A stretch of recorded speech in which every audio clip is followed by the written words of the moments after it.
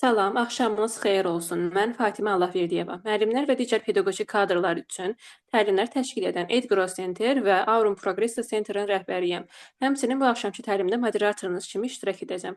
Təlimə keçməzdən öncə təlimimizdə iştirak edən bütün qadınları 8 Mart münasibətilə təbrik edirəm. Arzu edirəm ki, həyatınız daim sevinc, uğur və gözəl anlarla dolu olsun. Təlimimizə keçid alsaq, üçüncü təlim mövzumuz autizm spektr pozuntusu, erkən əlamətlər və düzgün müdaxilədir. Təlimçimiz defektolog logoped Fidan Babayevadır. Qeyd etmək istəyirəm ki, təlimimiz rekord olunur və bitdikdən sonra Telegram kanalımızda paylaşılacaq. Keçid linkini WhatsApp qrupumuzda bölüşəcəm. Təlim rəsmi sertifikatlıdır və CV-nizə yerləşdirə biləcəyiniz, eyni zamanda il sonu hesabatlarında təqdim edə biləcəyiniz sertifikatı Simvorik ödənişlə əldə edə bilərsiniz. Sertifikatı əldə etmək üçün elandakı əlaqə nömrəsinə yazmağınız kifayətdir. Xahişim budur ki, səslərinizi mümkün olduqca bağlı saxlayın və təlimin gedişatını bölməyin. Əlbəttə, suallarınız yaranarsa səsli şəkildə verməkdən çəkinməyin. Hər birinizdə xoş öyrənmələr. Necəsiz Fidan xanım? Salam, hər vaxtınız xeyir olsun. Mən görünürəm hal-hazırda, açmışam kameranı. Bəli. Mən də sizə qoşuluram. Bütün qadınların 8 Martını təbrik edirəm. Əgər oğlan varsa da onların ailəsində olan bütün qadınları təbrik edirəm. Hər zaman həyatınız xoşbəxt keçsin. Və birinci özümü təqdim edeyim. Siz təqdim elədiniz. Babayeva Fidan. Azərbaycan Dövlət Pedaqoji Universitetinin korreksiyacı təlim ixtisasının məzunuyam. Defektolog, logoped olaraq fəaliyyət göstərirəm rəsmi şəkildə. Və bugünkü mövzumuz autizm. Bu mövzuda çoxlu danışmaq olar, çünki mənim ixtisaslaşdığım bölmə əslində elə autizmlə bağlıdır. Amerika onaylı The Sunrise proqramının məzunuyam və rəsmi sertifikata malikəm. Ona görə bugün çalışacağam bu haqda qısa və konkret faktlardan danışım və bizim üçün rahat oluna biləcək, praktikamızda istifadə edə biləcəyimiz məlumatları ortaya qoymaq istəyirəm. Əgər sual olarsa, sözümü kəsib kimsə sualını verə bilər, heç bir problem yoxdur. Əgər mənim internetim gedərsə də ola bilər belə bir hal, onda mən yenidən qoşulduqda bunu davam etdirə bilərəm. Yəni hara qədər eşitməmsinizsə ondan sonra. İlk öncə ondan başlayım ki, autizm spektr pozulması nevroloji bir problemdir və bəzən biz deyirik ki, biz insanlar autizm xəstəlik deyil, bir fərqlilikdir. Amma nəzərə alaq ki, tibbdə, yəni elmlər nəzəriyyəsində autizm xəstəliklər qrupuna daxildir. Çünki burada spektr pozulmasına söhbət gedir. Və bəzən insanlar qarışdırır ki, biz autizmə xəstəlik deyə bilmərik. Səbəbi odur ki, xəstəlik deyil. Əslində bu sözün mənası tamam fərqli bir şeydir. Onlar niyə insanlar deyir ki, autizm xəstəlik deyil, fərqlilikdir? Çünki bu insanların ayrı bir dünyası olur, ayrı bir stereotipləri, hərəkətləri olur və bu söz buna ünvanlanıb belə deyilir.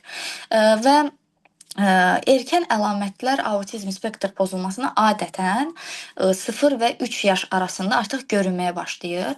Təəssüflər olsun ki, biz keçmiş zamanlara nəzər yetirdikdə uşaqlar 5 yaşından sonra bunları büruzə verib, amma hal-hazırda dövrümüzdə artıq uşaqlar 1 yaşında, hətta körpəlik, çağalıq dövründə belə autizm əlamətlərini göstərə bilirlər və düzgün diaqnostika, düzgün mütəxəssis olarsa bunu təsdiqləmək mümkündür və erkən mərhələdə, yəni əlamətləri tanımaq çox vacibdir. Çünki biz əlamətləri bilməsək, erkən müdaxilə edə bilmirik və mövzumuz da zaten erkən əlamətlər və düzgün müdaxilədir. Bunun üçün biz ilk növbədə əlamətləri bilməliyik. Və onu bildirim ki, autizmin mindən çox növü var. Hər cürünə var. Yəni bizim düşünmədiyimiz qədər belə var və hər cüründə müxtəlif növləri ortaya çıxmağa başlayır. Ona görə də biz bunun əlamətlərini saymaqla bitmir. Hər bir autizmli uşağın özünə xas əlamətləri olur. Bəzən deyirlər ki, autizmli uşaqlar toxunmağı sevmir, məsəl üçün ən məşhur olanlardan. Amma nəzərinizə çatdırım ki, bəzi autizmli uşaqlar var ki, toxunmağı çox sevirlər. Onlar daima istəyirlər ki, kimsə onlara toxunsun, kimsə onların əllərini sıxsın, kimsə onları qaşısın və yaxud da belini ovxalasın və s. Yəni əlamətlər ona görə fərqlənir və mən çalışacağam ki, bu əlamətləri sadə dillə sizə danışım ki, hər kəsə aydın olsun. Ümumiyyətlə autizm deyəndə bizim ağlımıza ilk növbədə sosial əlaqə problemləri çıxmalıdır. Çünki autizmin ən başlıca xüsusiyyəti əlaqədir. Yəni sosiallaşmaqdır. Və autizmli uşaqların müxtəlif yaş mərhələlərində onlar hər zaman sosiallaşmada problem yaşayırlar. Yəni məsələn mən bayaq dedim ki, bəzi uşaqlar toxunmağı sevir, bəziləri sevmir. Amma elə autizmli uşaq yoxdur ki, o sosiallaşmağı sevsin. Bu yeganə bir faktordur ki, bütün autizmli uşaqlara xasdır. Və sosial əlaqə problemlərində onların bəzi əlamətləri ortaya çıxır. Hansı ki, bu əlamətləri biz biləndə artıq təsdiq edə bilirik ki, bu uşaqda sosial əlaqə problemləri var. Buna birinci növbədə göz kontaktının çox az olması və yaxud da olmaması deyə bilərik. Çünki bu uşaqlarda danışarkən, baxarkən, siz ona müraciət edərkən o sizin gözlərinizlə kontakt qurmur, gözünüzə baxmır. Qurursa da bu çox az sürür. Yəni təxminən 2 saniyə və yaxud da 1 saniyə, hətta 2 saniyə olması bizim üçün möcüzə bir şey olur. Daha sonra deyə bilərik ən məşhurlardan adını çağırdıqda bizə reaksiya verməməsi, adına dönməməsi və onu bildirim ki, türklərdə autizmlə bağlı bütün kitabların üz qabığında ilk növbədə bu yazılır. Adına tepkinin olmaması. Çünki bu bütün autizmli uşaqlarda ən birinci göstərilən əlamətlərdən biridir. Yəni körpəlik dövründə, uşaqlıq dövründə ən birinci valideynlər ondan tuturlar ki, hə bu uşaqda autizm əlaməti var. Adı çağırılır, uşaq baxmır və yaxud da başqa bir işlə məşğul olur və biz bilirik ki, uşaqla valideyn arasında, əsas ana arasında bir emosional bağ olur. Və bu emosional bağ uşaqların 99%-də olur. Lakin autizm spektr pozulmalı uşaqlar o bağlılıqda biraz çətinlik çəkirlər. Məsəl üçün elə autizmli uşaqlar var ki, əslində məsəl üçün anasını sevir. Onu necə göstərir? Sizə praktiki təcrübəmdən bunu deyim. Məsəl üçün əgər uşağın bir yeri ağrıyırsa, həmin an anasına yaxınlaşır və əlini tutur, məsəl üçün qarnının üstünə qoyur. Burada axır nəticə olaraq emosional bağ görsənir. Amma bəzən də elə olur ki, autizmli uşaqlar valideynə qarşı elə reaksiyalar verirlər ki, onu zədələməyə çalışırlar, bunu deyə bilərəm. Və yaxud da isti suyu götürüb valideynin üstünə tökə bilər. Şeylər özünü göstərir. Bundan başqa biz bilirik ki, sosiallaşmanın əsas bir faktoru nədir? İnsanın reaksiyalarının olması. Gülmək, ağlamaq, həyəcan hissi. Necə ki, biz insanlar gülməli bir şey olanda gülürük və yaxud da ağlamalı bir şey olanda kövrəlirik. Bu uşaqlarda bu yoxdur.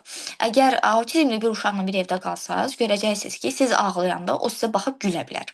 Və yaxud da ki, siz gülürsüz, amma sizin üzünüzə donuq bir şəkildə baxır dayanmadan. Bu da uşaqlarda sosiallaşmanın olmamasının ən əsas səbəblərindən biridir. Və emosiyalara reaksiyanın verməməsi. Bunlar ikisi iki mərhələyə daxil olur. Yəni ikisi eyni anda daxil olur. Və bura qədər saydığım hər bir şey ən əsaslardandır. Yəni insanların ən çox bildiyi, insanların ən çox şübhələndiyi problemlərdir, əlamətlərdir. Və belə bir şey var ki, əgər uşaq 0-3 yaşındadırsa, biz necə bilə bilərik ki, məsələn bu uşaqda autizmin az da olsa spektrləri var. Uşaqlar təzə dünyaya gələndə onun kravatından müxtəlif oyuncaqlar asılır.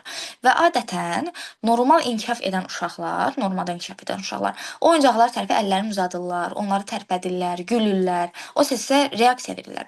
Amma autizm spektrli uşaqlar adətən o oyuncaqlara donuq bir şəkildə baxmağı seçirlər. Yəni saatlarla o uşaq həmin oyuncağa yuxarı şəkildə baxa bilər və əl atmırlar, onu tutmağa çalışmırlar. Burada artıq biz konkret olaraq diaqnoz qoya bilərik ki, bu uşaqda autizm spektr pozulması var. Çünki bunun olması %100'dür normal inkişaf edən uşaqda. Və uşaqlar 1 yaşına qədər, uşaqlarda 1 yaşına qədər diqqət inkişaf edir. Diqqət inkişaf edir deyəndə biz nəyi nəzərdə tuturuq? Məsəl üçün oyuncaqlarla oynayır, içəriyə birisi daxil olur, uşaq başını çevirir ona baxır. Amma autizm spektr pozulması olan uşaqlarda bu yoxdur. Oyuncağını oynamağa davam edir. Əgər otağa girən adam qırsa, sındırsa da qətiyyən çönüb ona heç bir reaksiya vermir. Və bunun olması da onu göstərir ki, uşaqda diqqət yalnız bir yönlü inkişaf edir və reaksiyası sıfırdır. Bayaq dediyimiz reaksiya söhbəti. Və normal inkişaf edən uşaqlarda barmaqla göstərmə olur. 1 yaşına qədər mütləq şəkildə. Məsəl üçün siz görmüsünüzsə körpə uşaqlar nəyisə barmağını belə eləyir, nəyəsə qoyur və yaxud da nəyisə belə-belə qurdalayır. Məsəl üçün götürək budur, belə-belə eləyir. Və yaxud da yeməli bir şey olanda əlini, barmağını hər zaman boşqabının içinə salır. Amma autizm spektri pozulması olan uşaqlarda barmaqla göstərmə demək olar ki, olmur yaşlarda. Və yaxud da olsa da çox ridikə hallarda biz bunu görürük və normal inkişaf edən uşaqlar 1 yaşına qədər mütləq şəkildə valideynlə sosial oyunlara qoşulur. Sosial oyun deyəndə biz nəyə nəzər tuturuq? Valideyn məsəl üçün ona abucu-bucu, qıdı-qıdı eləyəndə uşaq baxıb gülür, o reaksiyanı verir. Amma autizm spektr pozulması olan 1 yaşına kimi uşaqlar valideynin ona göstərdiyi sevgiyə reaksiya verməkdə çətinlik çəkirlər. Bura qədər dediklərim sosiallaşma ilə bağlı əlamətləridir. İndi biz gəlirik ən əsas mərhələyə, nitq və ünsiyyət problemləri. Bir loqoped olaraq mən hər zaman autizm spektr pozulması olan uşaqların üzərində məhz nitq üzərində işləməyə əsas önəm verirəm. Bunun da səbəbi odur ki, nitqlə işləyərkən uşaqla hər tərəfli proqram qurulur. Həm onun psixoemosional inkişafını təmin etmiş oluruq, həm də nitqini təmin etmiş oluruq. Çünki nitqlə işləmək üçün uşağın psixologiyasını yaxşı bilmək lazımdır. Əgər biz qarşımızdakı autizm spektr pozulması olan uşağın psixikasını yaxşı bilməsək, heç vaxt onun nitqi üzərində işləyə bilmərik. Bu mümkün deyil. Bəzən mənə tələbələr Instagram üzərindən müraciət edirlər ki, mən tələbəyəm, məsələn, 2-ci kursam, 3-cü kursam, amma biz hələ də bilmirik ki, autizm nədir? Autizm necə olur? Bunun da səbəbi odur ki, universitetlərdə bu mövzu 4-cü kursda və yaxud 3-cü kursda tədris olunur və o vaxta qədər tələbələrin yalnız bildiyi olur ki, autizmli uşaqlar göz kontaktı qurmur, toxunmağı sevmir, onlar danışmırlar. Amma halbuki autizm spektr pozulması olan və mükəmməl şəkildə nitqi olan uşaqlar var. Bu o demək deyil ki, autizm deyil. Və bunu bilmək üçün ilk növbədə yəni mən tələbəyə bildirirəm ki, mütləq şəkildə autizmlə bağlı psixoloji kitablar oxu. Yəni psixologiyanı oxu və o uşaqların psixologiyasını gözəl bir şəkildə bil ki, sən praktikanda bunu tətbiq edə biləsən. Çünki bu elə bir sahədir ki, biz əgər bu qələm haqqında məlumat bilmiriksə, amma bu qələmin düzəldilməsini öyrənə bilərik. Təcrübəsini öyrənə bilərik. Amma autizm nəzəriyyəsini bilməyən insan heç vaxt autizmli uşaqla işləyə bilməz. Bu qeyri-mümkün bir haldır. Ona görə deyirlər ki, heç bir insan 2 ay kursa gedib loqoped ola bilməz. Autizm uşaqla vəbşə işləyə bilməz. Çünki o, autizm spektr pozulması olan uşağın psixologiyasını yaxşı bilmir. Və nə qədər öyrənməyə çalışsaq da bu heç bir zaman bitməyəcək. Çünki yeni növlər çıxır və yeni biliklər əldə edilir. İndi isə bu uşaqlarda nitq problemi necə olur? Nitq gecikməsi necə olur? Əvvəla onu bildirim ki, autizm uşaqlarının danışanı da olur, danışmayanı da olur. Gec danışanı da olur, tez danışanı da olur. Tez danışmağa başlayıb, sonra nitqini itirənlər də var, ömürlük bir şəkildə, yəni heç vaxt danışmayan. Və yaxud da 10 yaşına qədər danışmayıb, sonra danışan uşaqlar da var. Yəni bu qədər fərqlidir. Və bu uşaqlarda biz necə başa düşürük? Biz bilirik ki, uşaqlar 1 yaşına qədər babıldama, dadıldama dövrləri olur. Baba, baba, da, da, da, da, anna, bu sözləri deyirlər. Amma bu uşaqlarda bu olmur. Onlar babıldamırlar, dadıldamırlar. Uzaq başı, onlar səslər çıxardır. Məsələn, bu kimi səslər. Əsas da bu səs çıxır. Çənə tərpənir və oradan bir səs çıxır. Və ona görə uşaqlara çox vaxt deyirlər ki, sən uşağınla ünsiyyətdə ol. Sən düşünə bilərsən ki, o səni anlamır və yaxud da o səni başa düşmür, sənin dediyin danışmağın heç bir mənası yoxdur. Bu səhvdir. Çünki uşaq o səsi çıxardırsa, deməli dadıldaya bilər, amma köməyə ehtiyacı var. Ana baxıb ona danışanda uşaq avtomatik olaraq dodaqları görür və dodaq görürsə, o hərəkətləri təkrarlamaya başlayır və təkrar olduqda o səs çıxmağa başlayır. Və autizm uşaqlarda nitq problemlərinin biri də 16 aya qədər, yəni uşağın 1 yaş 4 aylığına qədər söz deməməsidir. 1 yaş 4 aylıq uşaqlar normalda ana, baba və yaxud da sevdiyi bir insanın adını deməyə başlamalıdır. Su deməlidir. Məsəl üçün pəpə deyirlər çörəyə və s. kimi sözlər. Amma bu uşaqlarda qətiyyən bu olmur. Yəni söz demirlər. Ondan başqa bir əlamət də 24 ayına qədər, yəni 2 yaşına qədər 2 sözlü ifadə qurmalıdır uşaqlar, amma bu uşaqlar eləyə bilmir. 2 sözlü ifadə deyəndə biz daha demirik. Məsəl üçün mən yazıram. Təbii ki, 2 yaşında bir uşaq bunu deyə bilməz. Amma su, ver. Məsəl üçün, bu iki sözlü ifadədir. Mütləq şəkildə 2 yaşına qədər uşaq bunu deməyi bilməlidir. Normal inkişaf edən uşaq. Amma autizm uşaqlarda bu olmur. Çünki onlar həm istəyi bildirə bilmirlər, həmçinin su sözündə çətinlik çəkdiyi üçün o verir onun qabağına qoyub su ver deyə bilmirlər. Daha sonra ünsiyyət məqsədli danışığın olmaması olur bu uşaqlarda. Bu nə deməkdir? Yəni 1 yaşından 3 yaşına qədər normal inkişaf edən uşaqlar çöldə, parkda və yaxud da bağçaya gedirsə tez bağçada hər hansısa bir uşağa yaxınlaşıb onun oyuncağını əlindən almalıdır. Mütləq ki də bu uşaqların bir adətidir. O mənada yox ki, mən o uşağı gedib vuracağam, döyəcəm, o oyuncağı özümə almaq istəyirəm. Yox, o sadəcə maraqlanır. Onun maraq dairəsindədir. Amma bu uşaqlarda demək olar ki, bu olmur. Ona görə də onlar sosiallaşmada da çətinlik çəkirlər, kənarda otururlar. Və sizə bir şey deyim ki, mənim keçən illəri, yox, 2 il bundan əvvəl bir pasiyentim var idi. Bizə qonşuydular və o ilk dəfə mənə müraciət eləyəndə dedim ki, siz nədən şübhələnirsiniz ki, məsəl üçün bu uşaqda autizmin əlamətləri var. O mənə bildirdi ki, uşaq bağçaya gedir və sosiallaşa bilmir, uşaqlara yaxınlaşmır və onun bağçadakı müəllimi bizdən döşək istəyir. Biz ona bir döşək aparmışıq.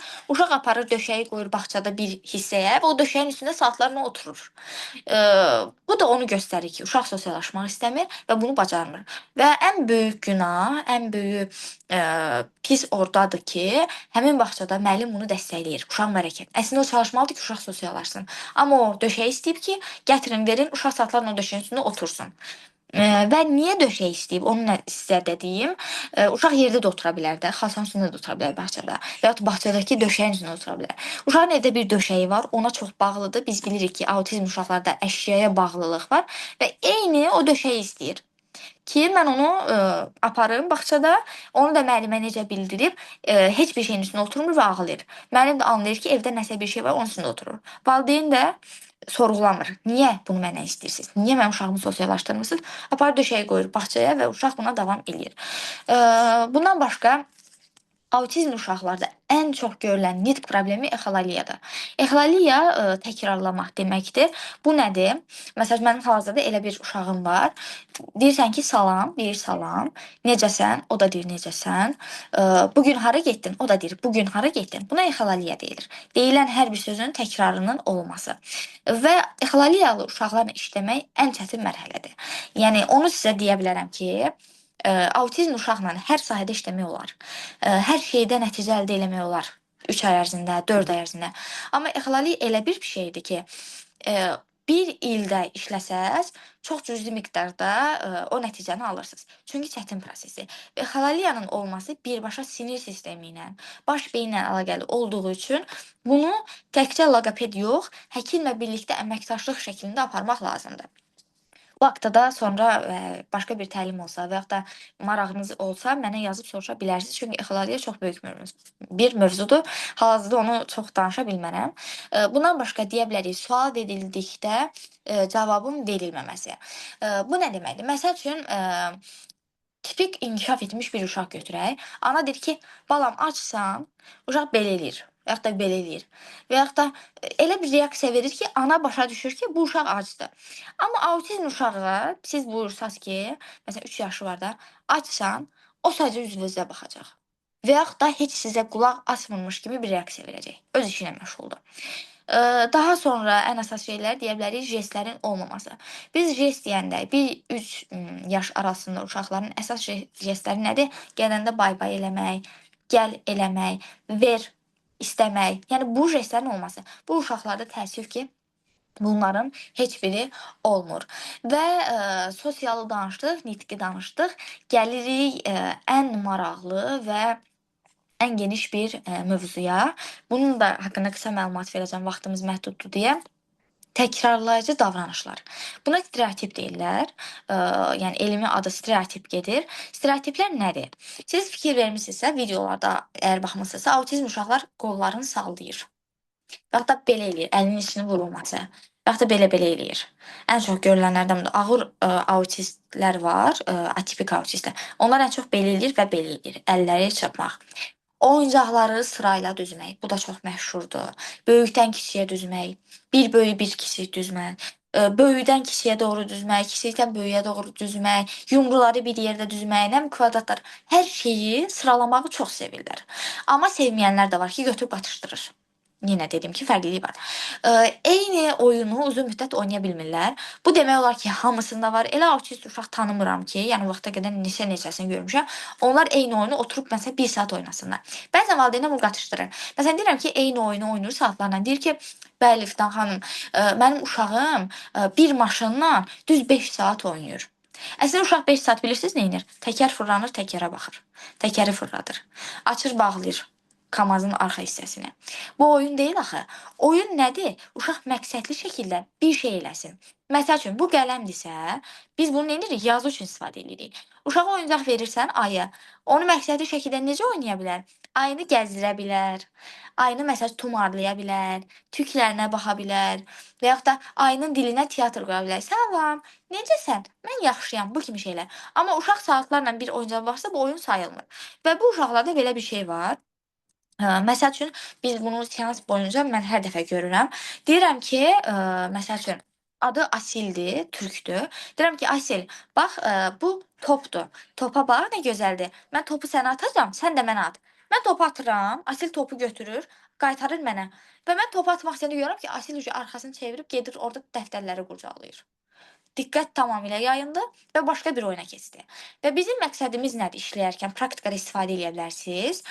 Topu atdınız, başlayırsınız içinizdə saymağa. 1, 2, 3, o da topu atır. 5 saniyə oyun davam elədi. Məqsəd qoyursunuz qabağınıza. Gələn dəfə bu oyun 10 saniyə olmalıdır.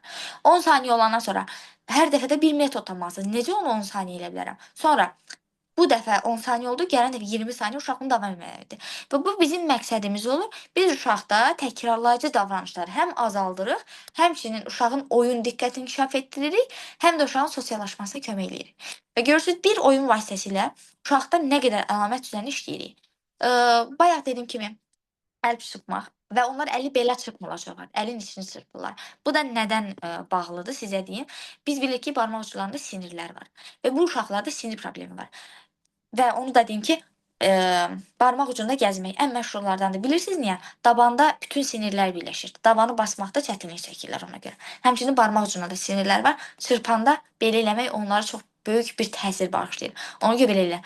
Buna elmi dildə, yəni məşhur dildə deyək, flapping deyirlər, flapping effekt deyirlər. Ondan sonra bədəni yelləmək, qabağa, arxaya getmək. Bu da çox məşhurdur. Və nəzərinizə çatdırım ki, bu hərəkəti əgər bir uşaqda görürsünüzsə, mütləq ki, o uşaq atipik autizmdir. Atipik autizm autizmin ən ağır formalarından biridir. Məsələn, Aspergerlər bilirsiniz. Aspergerlər hamı deyir ki, çox ağıllı olurlar, hər şeyi bilirlər. Bütün Aspergerlər elə deyil. Asperger var ki, günün 24 saatını, 18 saatını evi dağıdır, 2 saat oturub ingilislə söhbət eləyir, hamı da deyir ki, bu uşaq mükəmməldir.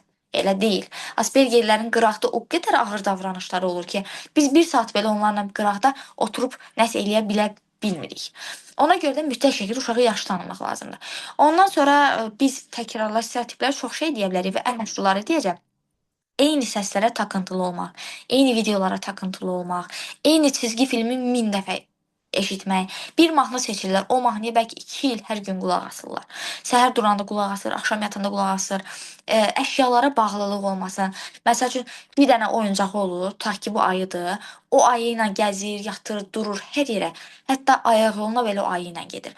O ayı gözündən düşür 3-4 aydan sonra amma. Gedir başqa bir oyuncağa nəzər salır, yenə 3-4 ay ona fırlanır. Bunlar obsessiv maraqlar sayılır. Obsessiv maraq nədir? Məqsədsiz marağın olması deməkdir.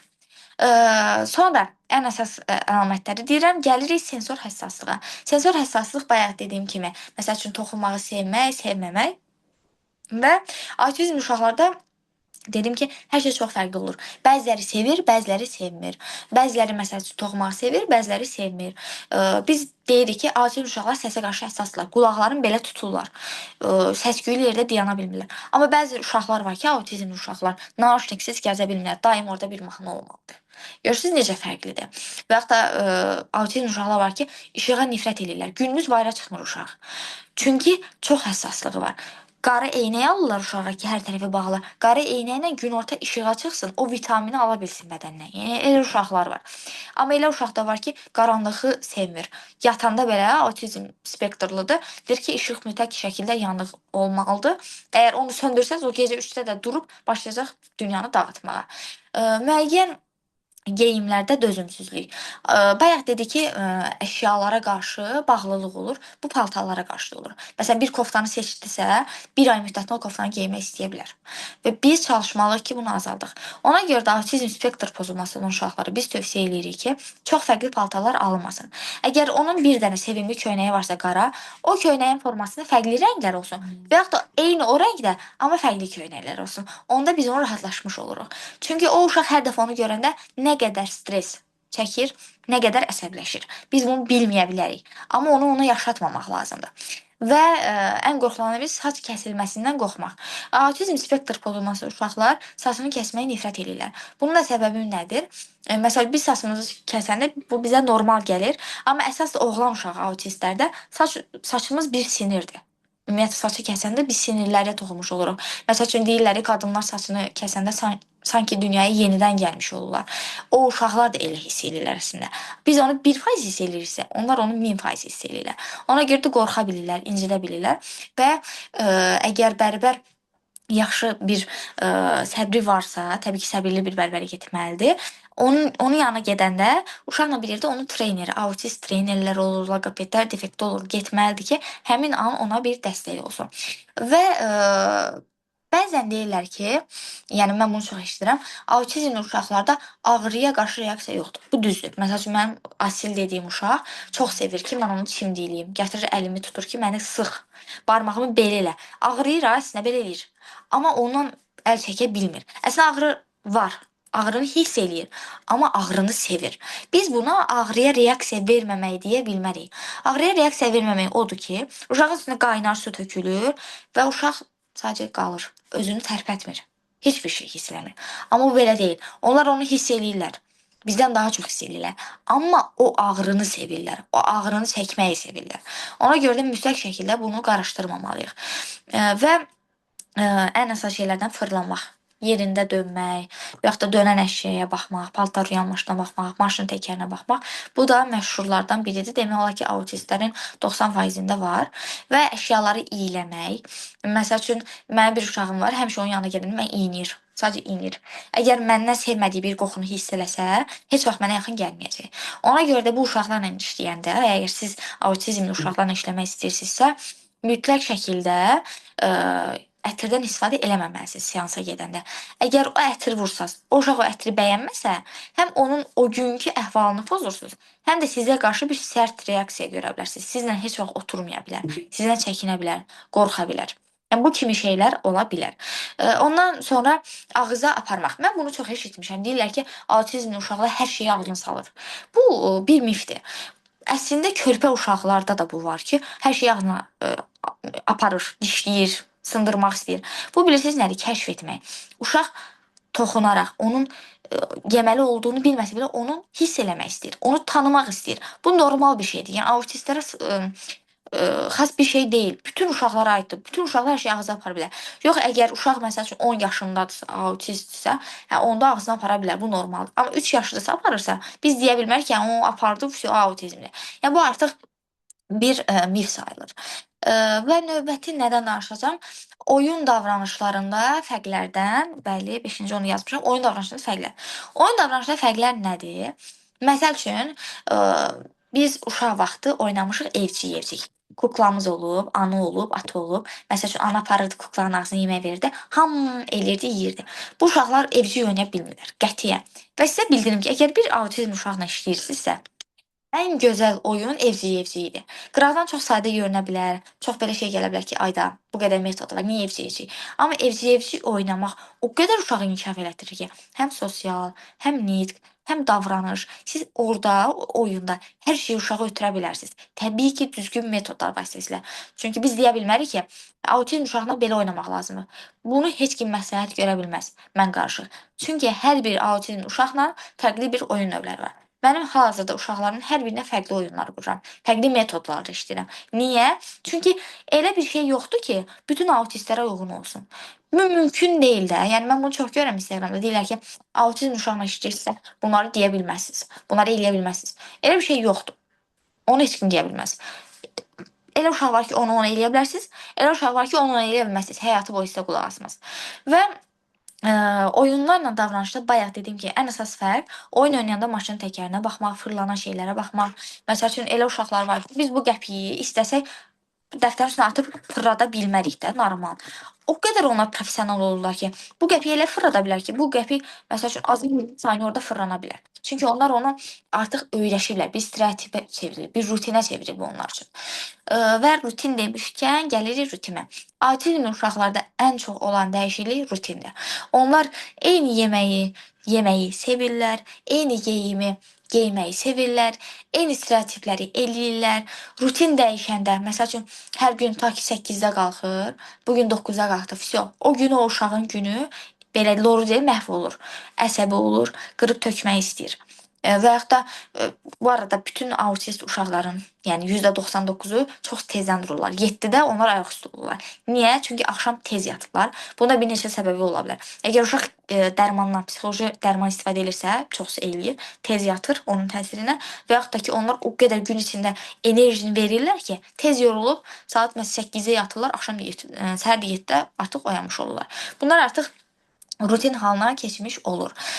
İndi isə sizə bəzi şeylər deyəcəm. İstəyirəm bunları özünə qeyd kimi, əgər lazımdırsa apara bilər. Deməli, 6 ayında uşaqlarda ən çox görülür gülüşün olmaması. Babıldama, məsələn, güləndə eləyir, gülür də, baxırsınız ki, nəyəsə gülür.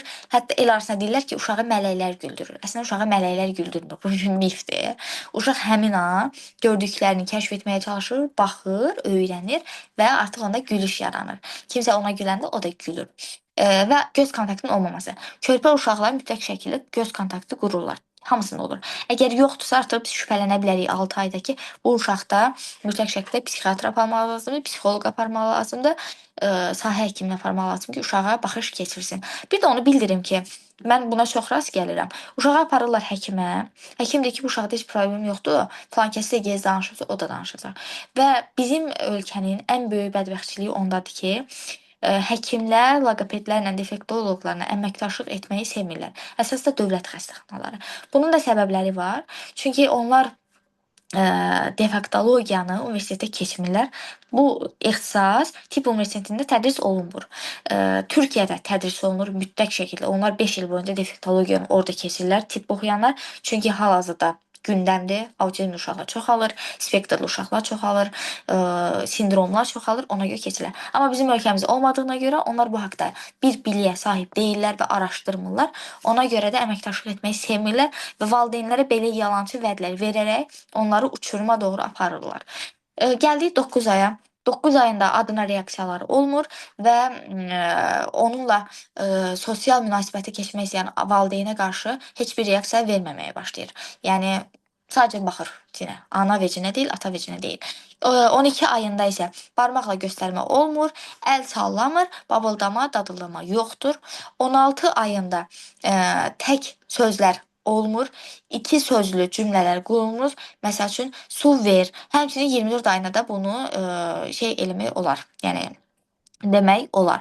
Və mənim sahəmlə əlaqədar ən çox qarşılaşdığım şey odur ki, valideyn müraciət eləyir, deyir ki, mənim uşağımın diskində problem var, o autizmdir.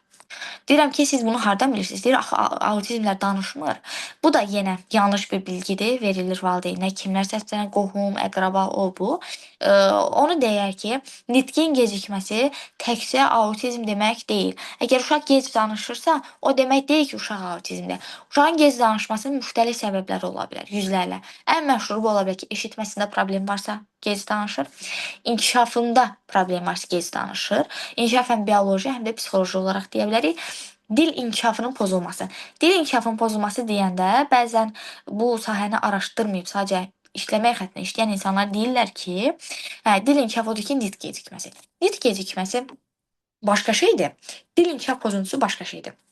Biz dil inkişaf pozulması deyəndə nəzərdə tuturuq ki, uşaq Azərbaycan dilini yaxşı bilmir. Yəni ana dilini yaxşı bilmir. Uşağa bu haqqda bir elm verilməyib. Çünki uşaq dünyaya gələndən əslində valideyn ona nitq tərbiyəsi verir. Nitq gecikməsi isə odur ki, uşağın artikulyasiyasında problem var, çənəsində, dişlərində, dilində, dil bağı dillərdə məşhur burada yerləşən. Orada problem. Bu nitq gecikməsidir. Nitqində gecikmə var. Amma dil inkişafı danışmaqdan, sadəcə danışmaqdan söhbət gedir. Və sosial deprivasiya. Sosial deprivasiya nitqin gecikməsinə səbəb olur. Əgər uşaqlar 1-4 yaş arasında, əsasda 1-3 yaş arasında ətraf mühitdən onunla ünsiyyət az qurulursa, məsəl üçün parka az gedirsə, ana onu çox çölə çıxartmırsa, bu uşaqda nitqin gecikməsi mütləq ki, görülür. İndi bizim yarı vaxtı danışdığım əlamətlərdən, indi danışmaq istəyirəm müdaxilədən. Ümumiyyətlə erkən müdaxilə niyə lazımdır? E, Belə bir acı həqiqət deyəcəm ki, uşağa erkən müdaxilə olunmadıqda biz o uşağı 3 ildən sonra, 2 ildən sonra özümüzü öldürsək də, o uşaqda yaxşı nəticə ala bilmərik. Mümkün deyil. Ona görə mən həmişə valideynə bildirirəm ki, uşağın 1 yaşından 5 yaşına qədər əlindən nə gəlirsə elə, maddi və mənəvi, heç bir fərq yoxdur. Heç vaxt buna peşman olmayacaqsan. Yox, əgər sən düşünürsən ki, ay bu dəfə bunu eləyim, gələn il uşağa bunu eləyərəm, gələn il bu olar, ondan sonra düzələr, mümkün deyil. Uşağı 5 yaşından sonra, əgər nitqində problem varsa 5 yaşına qədər, 5 yaşından sonra edilən nitq inkişaf mərhələsi %100 olmur. Yaxşı nəticəyə gəlir. O məqamdakı uşaqda psixoloji olaraq heç bir problem yoxdur. Sadəcə məsələn r-nı deyə bilmir, v-nı deyə bilmir, l-nı deyə bilmir. Hə, o başqa məsələ. Bu sadə şeylərdir. Və düzgün müdaxiləni mütləq şəkildə bilmək üçün ən birinci dediyim əlamətləri bilmək lazımdır. Və düzgün müdaxilə tez bir zamanda, ən əsası sistemli bir şəkildə və multidisiplinar şəkildə aparılmalıdır. Multidisiplinar nədir? Yəni hər tərəfli planın qurulması. Uşaq mənim yanıma gəlir. Mən demirəm ona ki, mən ancaq loqoped işləyirəm, çox xahiş edirəm, ancaq nitqi üzrə işləyəcəm. Əgər bir loqoped bunu deyirsə və sizə deyirsə ki, bizim mərkəzimizdə duyu bütünləmə var, bizim mərkəzimizdə fizioterapevt var. Hə, ona gedin, mən ancaq nitqi işləyəcəm, o da onu. Həmin o yerdən siz qaçmalısınız. Sürətli bir şəkildə. Deməli, onlar professional deyillər. Multidisiplinar işləyiş odur ki, loqoped o uşaq üçün xüsusi o uşağa məxsus bir plan qurur və uşağın psixoloji, nitq prosesləri, idrak prosesləri, yeri gəldiyi fiziki, bioloji hər birində işləyir. Bu belə olmalıdır. Və bu zaman siz yaxşı nəticəni ala bilərsiniz. Və bir dənə şey də bildirim ki, bəzən erkən müdaxilə deyəndə insanlar elə başa düşür ki, 0-3 yaş arasında edilən müdaxilə yox. 0-6 yaş arasında edilən müdaxilə erkən müdaxilə adlanır. 6 yaşdan sonra edilən müdaxilə isə erkən müdaxiləyə qətiyyən daxil deyil. Və erkən müdaxilə birinci nədən başlayır? Diaqnozdan və qiymətləndirmədən. İlk öncə ətraflı bir şəkildə uşağın hər bir prosesi qiymətləndirməlidir. Nitq və dil inkişafı, sosial ünsiyyəti, koqnitiv inkişaf idrak proseslərinin inkişafıdır və psixologiya ora aiddir. Sensor xüsusiyyətləri, sensor nədir? Görmə, eşitmə, qoxu, dad bilmə, bunlar. Davranış problemləri, autizmli uşaqların hamısında davranış problemi var. Hamısında ya. Elə bir uşaq yoxdur ki, autizm olsun, davranışları %100 olsun. Və motor bacarıqlar. Motor bacarıqlarda incə motor var, böyük motor var, yəni kiçik motor, böyük motoru var. İncə motor barmaqlarla bunu tutmaq. Məsələn, bunu qəpiyi əldə saxlamaq, açıb bağlamaq. Böyük motor isə əl-qol hərəkətləri, ayaq hərəkətləridir. Yəni bunların, bu saydıqların hamısını qiymətləndirməliyik. Və ondan sonra bu qiymətləndirmə nəticəsində biz FIP deyilən bir şey yapırıq. FIP-in açılışı nədir? Fərdi İnkişaf Proqramı. Mən bəzi loqopedlər tanıyıram ki, bir dənə kağızı var, bütün uşaqların üstündə o kağız üzərində işləyir. Bunun nəticəsi, yəni deyir ki, mən görə elə işləyirəm, mənim nəticəm var. Bilirsiniz niyə onu deyir? Çünki o uşaqla, həqiqi autizm uşaqla işləməyib. Qonşuda bir dənə uşaq var, şübhələnirlər autizmdir. Gətirirlər yana, uşağa 2 dənə, 3 dənə rəng öyrədir. Vəsə, uşaq autizm deyil, ay cəmaət. Mən autizm sağaltdım. Belə bir şey yoxdur. Əsl autizm spektr pozulması olan uşaq görsə, deyəcək ki, mən gedirəm, mən bir də işləmirəm. Çünki fərdi plan mütləq şəkildə olmalıdır. Və yanaşma. Yanaşma nədir? Yəni bayaq dedim ha, multidisiplinar birlikdə. Biz bura mütləq şəkildə əməkdaşlıq qurmalıyıq. Əməkdaşlıq kimlərlə qurulmalıdır? Uşaq psixiatrı ilə. Biri var psixoloq, biri var psixiatr. Psixiatrla mütləq şəkildə və psixoloqla mütləq şəkildə. Loqoped özü, xüsusi təhsil müəllimi. Əgər uşaq məktəbə gedirsə, xüsusi təhsil məktəbinə, oradakı müəllim və yaxud da bağçaya gedirsə, oradakı bağçadakı müəllim və əgər uşaq erqoterapevtə gedirsə, başqa bir də onunla və yaxud da uşağın hər hansı bir ayrıca bir baxıcısı varsa onunla və ən əsası valideynlə. Əgər valideyn o plana daxil deyilsə, o uşaqdan əlinizi üzün. Mən həmişə baxıram. Əgər valideyn mənim dediklərimi eləmirsə, mən o uşağı bir ay tamam olandan sonra götürmürəm. Çünki bilirəm ki, mənim əziyyətim boşa gedəcək. Mən burada uşağa nəsə öyrədirəm. Uşaq gedir evdə oturur telefonla. O uşaq nəyi inkişaf eləyəcək? Ara yerdə mənim zəhmətim gedir və sizə əminliklə deyə bilərəm ki, o valideynlər sonra bilirsiniz nə deyir? Deyir ki, bu qədər gəldim, pul tökdüm, amma uşağımda inkişaf yoxdur. Halbuki anlamır ki, siz valideynin, yəni sən valideyn, sən heç vaxt mütəxəssisin dediyinə riayət eləyən bir valideyn olmamısan. Əlbəttə ki, bunda getməyəcək. Nə olsun ki, sən pul vermisən, nə olsun ki, sən zəhmət çəkib, vaxtını xərcləyib, apar uşağı loqopedə aparmısan. Əgər sən buna riayət eləmirsənsə, bir valideyn olaraq bu məsələyə ciddi yanaşmırsansa, heç vaxt o uşaqda nəticə almayacaqsan. Və erkən düzgün müdaxiləyə başlayırıq davranışdan. Mən The Sunrise bayaq dedim, yəni əvvəldə dedim, The Sunrise proqramının rəsmi məzunlarından biriyəm.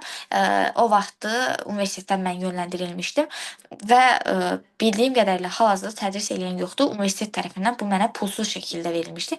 Əgər o proqramı öyrənmək istəsəniz, mənə müraciət edə bilərsiniz. Çünki məndə rəsmi sertifikatı olduğu üçün mən onu keçə bilirəm və sertifikat vermək hüququm var və yaxud da öz saytına girməlisiniz. Oradan siz ingilis dilində yalnız onun təhsilini ala bilərsiniz. Sonra onları video çəkib atırsınız. 1 il müddətində çəkir və onlar sizə həmin videolar əsasən uşağın üstünə işləyirsiniz, nəticələr atırsınız ona. Yəni gerçək bir videolar. Bəyənsələr sizə sertifikat verirlər, bəyənməsələr vermirlər. Və The Sunrise əsas məqsədi uşağın davranış terapiyasıdır. Uşağın davranışı üzərində işləməkdir. Davranış üzərində işləmək üçün davranış əsaslı proqramlar qurmaq lazımdır. Düzgün müdaxilənin ən önəmli faktorudur. Və əsas məqsədimiz nə olmalıdır? Biz deyirik ki, uşaqda davranış problemi var. Davranış problemi olan uşaqlarda düzgün davranışlar da olur da. Ola bilər ki, uşaq kimisə dişləyir davranış problemində. Amma ola bilər ki, o uşaq kimisə saçını tumarlamaq istəyir. Deməli, onda uyğun davranış var. Biz çalışmalıyıq uyğun davranışı artırmaq, hansı uyğun varsa onu da gücləndirmək, yoxdursa onu yaratmaq. Problemli davranışlar, məsələn, dişləməyi azaltmaq, bunun üzərində işləmək və yeni bacarıqlar öyrətmək. Autizm uşaqların bizim cəmiyyətdə, Azərbaycanda ən böyük problem odur ki, bu uşaqlarda yeni bacarıqlar yoxdur. Çünki öyrədən yoxdur, çünki yönləndirən yoxdur. Elə uşaq var ki, məsəl üçün mən Instagramda izləyirəm və belə görüşürük. Mənim də özüm danışıram Ayxanla. Ayxan çox gözəl piano ifa eləyə bilir və Ayxanın o ərsəyə gəlməsində ən böyük uğuru borcludur anasına. Anası özündən çox işləyir və onun bacarığını anası kəşf eləyib.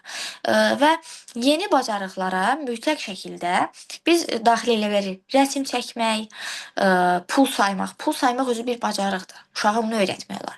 Güllərə qulluq eləmək, ev təmizləmək, kompüterdə oyunlar oynamaq, kompüterdə nələrsə yazmaq, copywriter deyirlər də, deyilən sözü yazmaq. Bəzi autizm uşaqlar bunu bacarır. Məsələn, Azərbaycanda mən buna rast gəlməmişəm, amma Türkiyədə uşaqlar var idi ki, sizin dediyiniz hər şeyi sürətli bir şəkildə kompüterdə yaza bilirdi. Və həmin uşaqlar dövlət idarələrində copywriter olaraq fəaliyyətə başlaya bilər. Və bu kimi şeyləri, yeni bacarıqları uşağa aşılamaq lazımdır. Və davranış üzərində işləyəndə siz proqrama 4 dənə faktor var ki, onları daxil eləməlisiniz. Yazmalısınız ki, mən bunları mütləq eləməliyəm. Göz kontaktını qurmaq, artırmaq, adı çağırıldı, baxmaq, jestlərdən istifadə eləmək, sağ ol, gəl, girmək, jestləri bu da aiddir. Və növbə ilə oyun oynamaq, yəni oyun prosesini artırmaq. Ümumiyyətlə davranışla işləyəndə bunu yalnız oyunla həll edə bilərsiniz. Və düzgün müdaxiləyə, dediyim kimi, bayaq danışdığım nitqdən, düzgün müdaxiləyə nitq proseslərini mütləq şəkildə artırmalıyıq və kommunikasiya qurmasına uşağa kömək etməliyik. Bəzən mən eşidirəm ki, deyirlər ki, loqopedin şəkillə işləməsi, kartla işləməsi düzgün deyil. O sizi kim deyil? Yəni loqopediya, defektologiya elmi ilk dəfə harda yaranıb rəsmi şəkildə? Rusiyada. Və sizi inandırım ki, ruslar hələ də kartlardan istifadə edirlər. Niyə? Siz kartı uşağa göstərəndə təbii ki, düzgün işləməkdən gedir də. Bu nədir? İt. Qoydu qırağa. Bu iş deyil axı. Təbii ki, bu səhvdir. Amma uşağa göstərirsiniz. İtin ayaqları, başı, 10 dəqiqə onun üstə işləmək olar. Bu kartla işləmək o uşağa o qədər faydalıdır ki, siz bir it şəkli ilə uşağa inanın davranışda tətbiq eləyə bilərsiniz. Nitqdə tətbiq eləyə bilərsiniz. Psixoloji idrak prosesinin üzərində işi də tətbiq, hər şey eləyə bilərsiniz bir şəkillə. Yəni şəkilli kartla işləmək ən gözəl üsullardan biridir. Və bəzi autizmli uşaqlar olur ki, onlar siz nə qədər eləsəz də danışanda sizə baxmır da. Mümkün deyil, uşaq baxmır. O zaman başlayır jestlərlə öyrətmək. Məsəl üçün, mənim bir uşağım var, mən ona oxumağı öyrətmək istəyirəm. Görürəm ki, mənə baxmır da, fikir vermir mənə, kitaba baxmır. Yol nə tapmışam? Uşağın barmağını tuturam, deyirəm ki, 1 2 3 barmağımız getdi. Nəyin üstünədir? Uşaq avtomatik barmağına baxır və oradakı sözü görür. Halbuki desəm ki, bax bura, bura bax, bura bax, bura bax, uşaq ora baxmayacaq. Elə eləyənlər var. Amma desəm 1 2 3, barmaq getdi. Nəyin üstünədir? N. Ay sağ ol. O belə öyrəndi. Sadə sözlərin təlimi deyəndə nə başa düşdük? Gündəlik ifadələr, gündəlik danışıqda istifadə etdiyimiz ifadələrin düzgün deyilməsi. Ana mənə çay ver. Uşağa mənə çay ver. Bu artıq deməkdir ki, uşaqlarda sadə sözlər belə inkişaf eləməyib. Biz bunu ona öyrətməliyik. Açıq, səlis danışmağı və diqqət məşğələləri.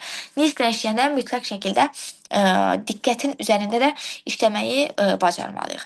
Və bəlkə də eşitmisiniz, türklər deyirlər ki, oyun ablası, oyun abisi. O deməkdir ki, uşaqla oynayan mütəxəssis. Autizmli uşaqlarla hər insan oyun oynaya bilməz. Mümkün deyil. Əgər uşaq oturub sizə fikir vermirsə, siz özünüz oynayırsınızsa, bu oyun terapiyası sayılır. Oyun terapiyasını aparmaq üçün mütləq şəkildə bu sahəni dərin bir şəkildə bilməlisiniz. İxtisaslı bir şəkildə buradan məzun olmalısınız və oyun haqqında çox şey bilməlisiniz. Oyun elə bir mərhələdir ki, hər bir uşağa görə oyun fərqlənir.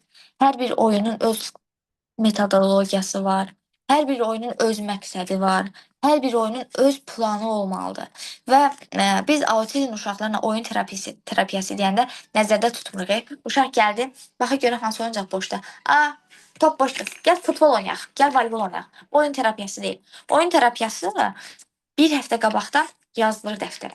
Mən filan yerdə bunu eləməliyəm. Mən bu oyuncaqlara hazır qoymalıyam. Bunları düzəltməliyik. Bunu kəsib doğrayıb düzəltməliyəm. O plan qurulur, sonra tətbiq edilir. Bu zaman siz yaxşı nəticə ala bilərsiniz. Və biz müdaxiləyə sensor inteqrasiya terapiyası deyilən bir şey var. SIT gedir. Bu nədir? Əgər uşaq toxunmağı sevmirsə, yəni demirik, uşağa gedib belə-belə eləyim, mən ona fikir verməsən. Bunu öyrətməli deyilik. Bəzi uşaq var ki, belə deyiləni. Sən ona öyrətməlisən yavaş-yavaş ki, kimsə səni toxuna bilər. Bu normal bir şeydir. Kimsə səni qucaqlaya bilər. Ana səni qucaqlamaq istəyə bilər. Bu normaldır. Bunu öyrətməliyik. Sonra o toxunmağı sevməyən uşaqlarda belə bir şey də var ki, hər şeyi toxuna bilmirlər. Məsəl üçün bu ilıq sudur da, bir damcı istiliyi var. Ona belə toxunmağı sevmir. Bunu öyrətməliyik. Suya öyrətməliyik. Qazlı suya toxunmaq fərqli olur. Onlar o qazın üstündə olan pıqa-pıq deyir ya, o pıqa-pıqa qədər onu hiss eləyirlər. Və yaxud da tikanlı güllər olur ki, halbuki əli incitmir. Sadəcə xırda tikanlar. Ona belə toxunmağı bilmirsə, o toxunmağı ona öyrətməliyik. Və bu kimi toxunma fəaliyyəti üzərində olan işləri uşaqda belə deyək, inkişaf etdirməyi bacarmalıyıq. Ondan başqa sosial bacarıqları inkişaf etdirmək üzərində mütləq ki, düzgün müdaxilə eləməliyik. Bura sadə şeyləri birinci daxil edirik. Salamlaşmaq, növbəvi gözləmək, emosiyaları tanımaq, paylaşmaq. Məsəl üçün ana və mütəxəssis öyrətməlidir ki, məsələn kartlar olur. Uşaq görür, göstərsən, eləsi var deyir. Uşaq nəyinir? Uşaq da baxır ki, yəni nə cavab verim? Gülmək, denən gülmək. Uşaq deyir gülmək. Ay sağ ol, afərin, kartı qoy da qırağa. Bu iş deyil. Bu sadəcə uşağa hə gülmək. O heç bilmir ki, nəyə gülməkdir də. Bu da exalaliyaya gətirib çıxardır.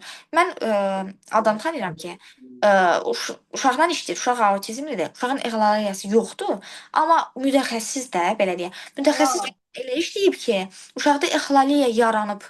Exalaliyası olmayan uşaqda exalaliyanı yaradıblar. Yəni bu kimi şeylər o qədər olur ki. Və ən vaciblərdən biri valideynlərin təlimidir. Mütəxəssis mütləq şəkildə əgər autizm uşaqla işləyirsə, valideynlə 2 qat işləməlidir. Məsəl üçün bəzi insanlar düşünür ki, hə, autizm uşağı getdin, seansı keçdin, gəldin. Elə deyil. Məndə məsələn papkalar var, imeni valideynlərə aid. Yazıram nə qədər, atıram valideynə. Əziz valideyn, budur, səs atıram. Siz bunu evdə eləməlisiniz. Bura aiddir. Uşağın ayaq yolu bacarıqlarından tutmuş, çimmək bacarığına qədər, yeməyə qədər, hər şey haqqında valideynə ətraflı şəkildə məlumat verməlidir. Həmin momentdə siz bunu eləməlisiniz, mütləq şəkildə. Bu reaksiyanı göstərməlisiniz. Bu zaman biz yaxşı nəticəni ala bilərik. Və uşağın rutininə müdaxilə. Bəzən deyirlər ki, autizm uşaqların bir rutini olmalı, mütləq şəkildə. Filan saatda dərman içməlidir, filan yemək olmaz. Nə bilim, o uşağa gluten olmaz, çörək olmaz. Düzdür, gluten zərərlidir, autizm uşaqda laf zərərlidir. Amma siz birdən-birə gluteni uşaqdan kəsə bilməzsiniz. Biz böyük insanlar elədik ki, istəməsək çörəyi yeməyə bilərik, yeyə də bilərik. Amma o uşaq, belə deyək də, bilərəkdən bunu eləyə bilməz. Çünki onu anlamır. Anlamada, qavramada problem var axı. Beyində problem var. Biz onu birdən-birə kəsə bilmərik. Onu əvəzləyici şeylər gətirməliyik. Bəzi valideynlər həvəslənir, gedir glutensiz məsələn un alır, şirniyyat alır. Hə, uşaq glutensiz undan yeyəcək. Vəsə, bu gün autizm uşağa deyirəm. Anlamır ki, autizmli uşaq glutensiz undan olan çörəklə adi çörəyin fərqini bilir. Biz insanlar bunu seçə bilmirik. Amma o seçə bilir. İncə dadına qədər. Çünki onlarda dad bilmə ya çox güclü olur, ya da ümumiyyətlə olmur. Və autizmli uşaqlarda düzgün müdaxilənin ən əsas önəmi odur ki, mütləq şəkildə sistemli şəkildə işlədilməlidir.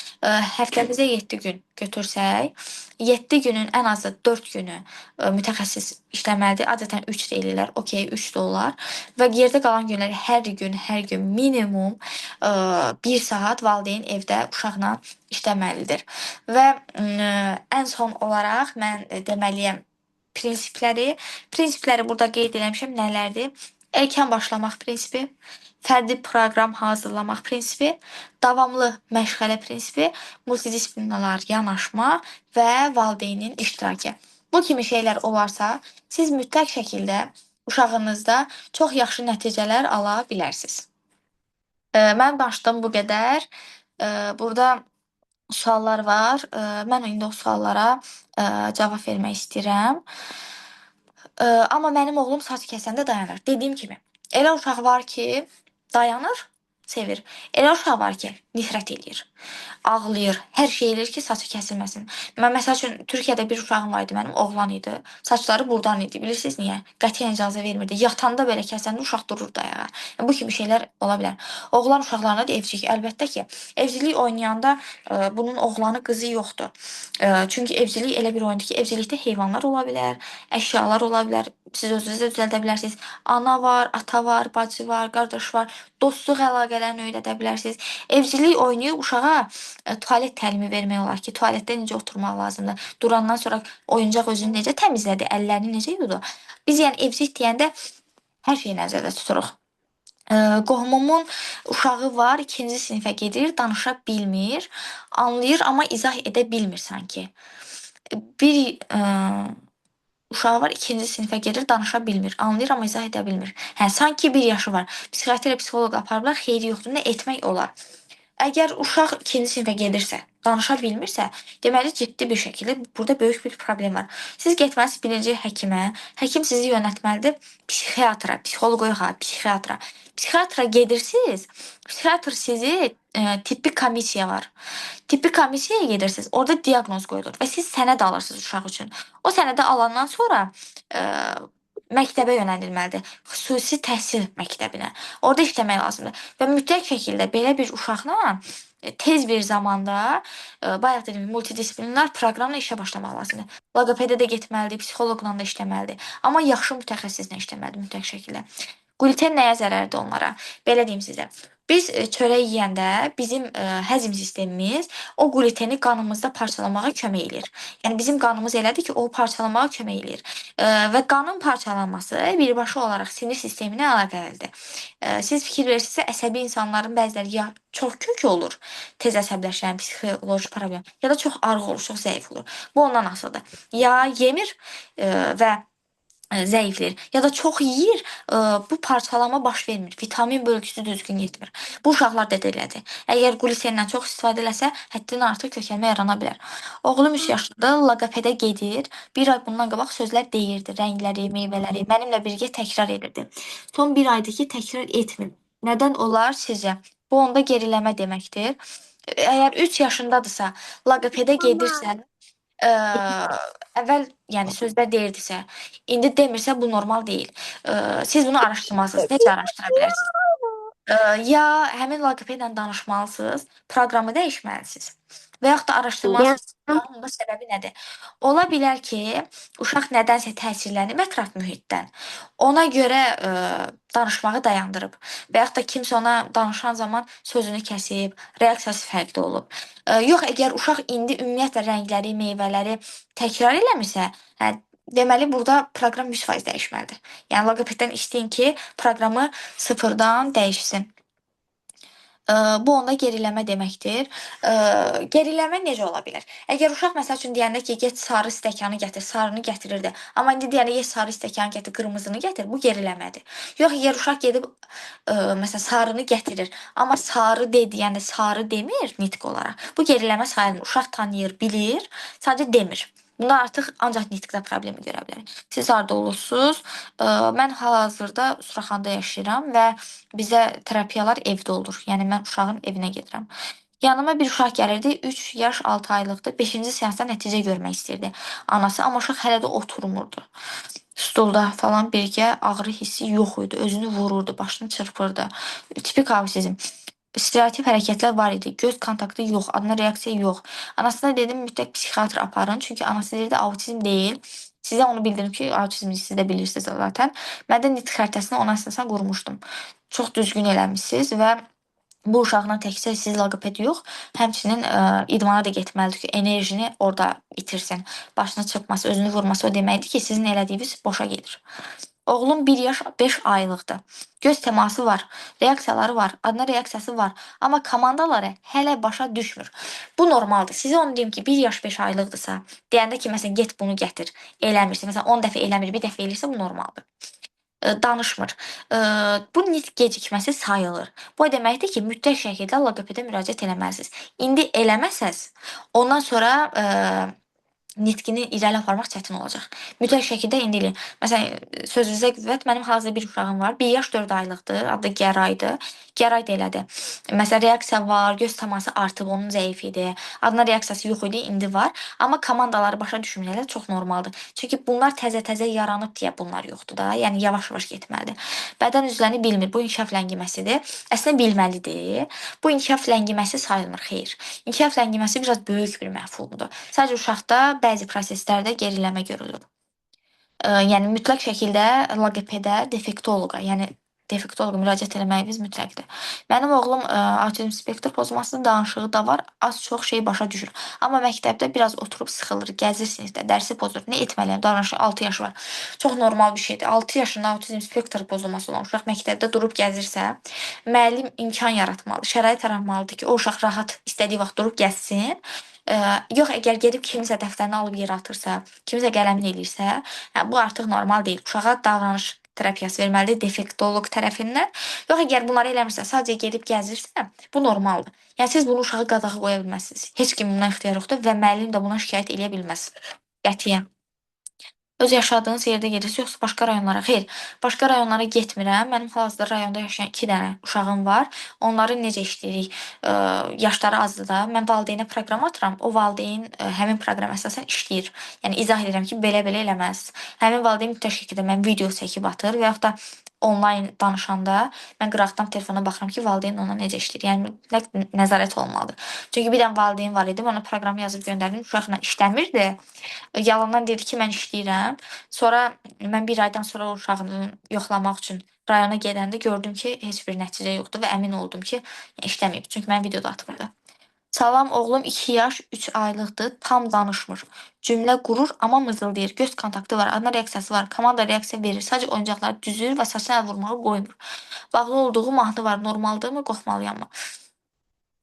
2 yaş 3 aylıqdırsa, tam danışmırsa, yəni əgər danışırsa, sadəcə nitqində tam, yəni anlaşılmırsa normaldır, amma mütləq şəkildə nitqi üzərində işləyin və telefon qoymayın.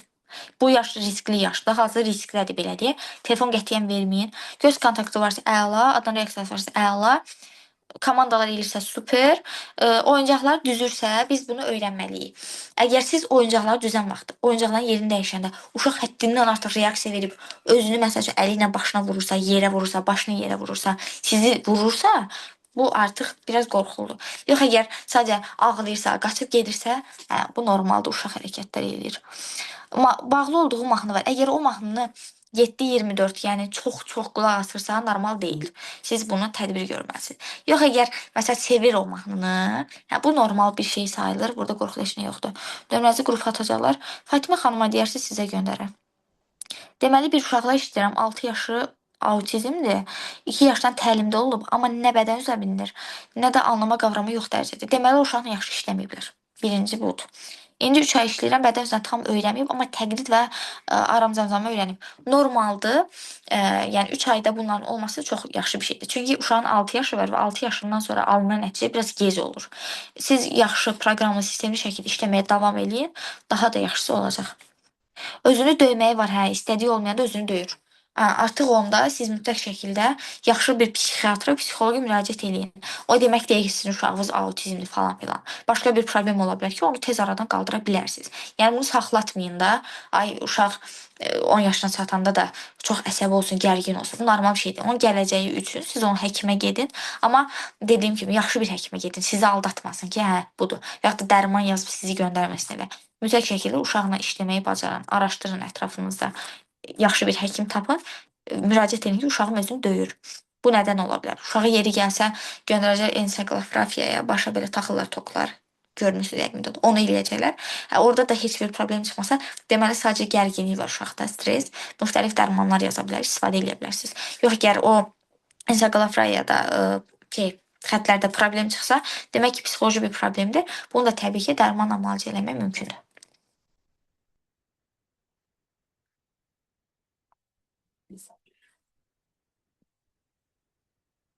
Əlaqə nömrənizi istəyərdim. Mən nömrəmi bura yazıram. Mənə istədiyiniz vaxt yazıb suallarınızı ünvanlaya bilərsiniz. Nevroloqa müraciət etdim, sakitləşdirici dərman yazdı. Təbii ki, onu yazıb və burnundan artıq ət olduğunu dedi, yaş sindromu deyib göndərdi.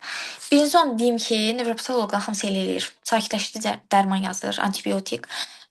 Uşağa bunu eləməyin, yazıqdır. Hər sakitləşdirici dərman uşağa uyğun deyil. Sakitləşdirici dərman ağzınıza deyir, sakitləşdirir, asılılıq yaradır. Bunu uşağa niyə eləyirsiniz?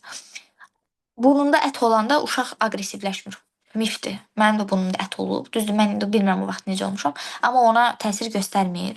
Nəfəs problemidir. Bunun uşağın özünü vurmasına heç bir səbəbi yoxdur. Yaş sindromu. Yaş sindromu, yəni bu yaş sindromu deyilən bir şey yoxdur. Elmdə belə bir şey yoxdur.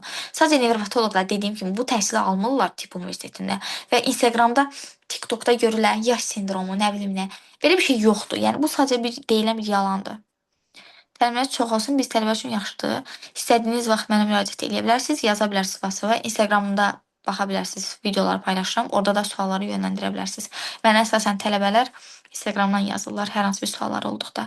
Və onu da nəzərinə çatdırım ki, bizim bəzən real görüşlərimiz olur. Hansısa coffee shopda otururuq, görüşürük və orada müəyyən mövzuları müzakirə edirik. İstəsəz onlara da qoşula bilərsiniz. Yəni maraqlı olar və ödənişsiz olur. Mən heç bir ödəniş tələb eləmirəm buna görə tələbələrdən. Oturub söhbət edirik. Çünki mən tələbə olanda belə bir şeylər istəmişəm, amma o vaxt olmayıb. Yəni görməmişəm kimsə eləsin. Bizim insanlar biraz bölüşməyi sevmirlər. Bildikləri bölüşməyi sevmirlər. Amma mən istəyirəm ki, tələbələr bunları bilsinlər.